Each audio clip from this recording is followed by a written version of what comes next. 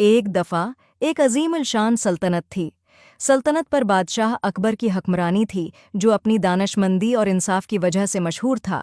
اس کی اکلوتی بیٹی شہزادی مایا تھی۔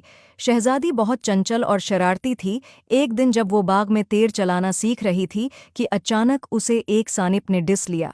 شہزادی زمین پر گر گئی۔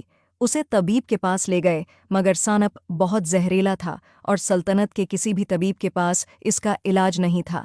بادشاہ بہت پریشان تھا کہ شہزادی جلد صحتیاب ہو جائے اور سلطنت کی خوشی واپس لوٹ آئے۔ بادشاہ نے دور دراز سے طبیبوں کو بلایا، لیکن کسی کے پاس بھی زہر کا توڑ نہیں تھا۔ شہزادی اپنے کمرے میں لیٹی تھی، اس کا چہرہ سفید پڑ گیا تھا اور آنکھیں بند تھیں۔ بادشاہ اپنی بیٹی کو بچانے کے لیے ہر ممکن کوشش کر رہا تھا اور اس نے ایک شاہی اعلان کیا، جو کوئی بھی شہزادی کو ٹھیک کر دے گا اسے انعامات سے نوازا جائے گا۔ ایک شام ایک دانا شخص محل کے دروازے پر آیا، جو کہ شہزادی کی بیماری کا سن کر آیا تھا۔ اس نے بادشاہ سے اپنا تعارف کرایا اور بادشاہ سے کہا کہ مجھے زہر کا توڑ معلوم ہے۔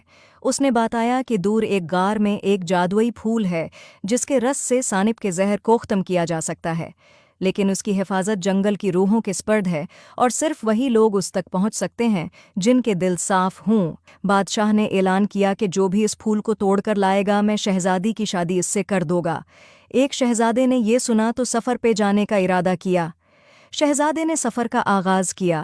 جنگل میں جاندار مخلوقات تھیں، لیکن ان کے راستے میں کوئی رکاوٹ نہیں ڈال رہی تھیں۔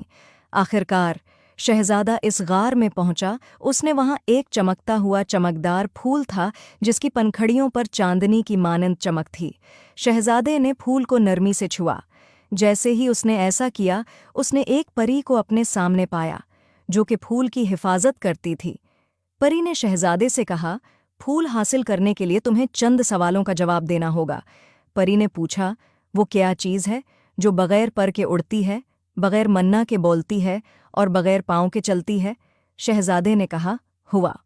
پری نے کہا، بہت خوب، تم پھول لے سکتے ہو۔ شہزادے نے پری کا شکریہ ادا کیا۔ شہزادے نے پھول کو احتیاط سے توڑا، یہ یقینی بناتے ہوئے کہ اس کا جادو برقرار رہے۔ چمکدار گل کے ساتھ شہزادہ جلدی سے محل آیا۔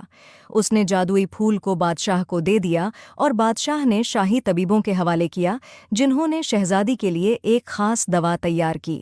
جب شہزادی نے یہ دوا پی تو اس کی آنکھیں کھل گئیں اور وہی چمک واپس آ گئی جو پہلے غائب تھی۔ ابو، اس نے آہستہ سے کہا، اس کی آواز میں شکر گزاری اور حیرت تھی، میں بہتر محسوس کر رہی ہوں۔ بادشاہ نے خوشی کے آنسوؤں سے اپنی بیٹی کو گلے لگا لیا۔ سلطنت نے خوشی منائی، شہزادی کی معجزاتی صحتیابی کا جشن مناتے ہوئے۔ بادشاہ نے شہزادی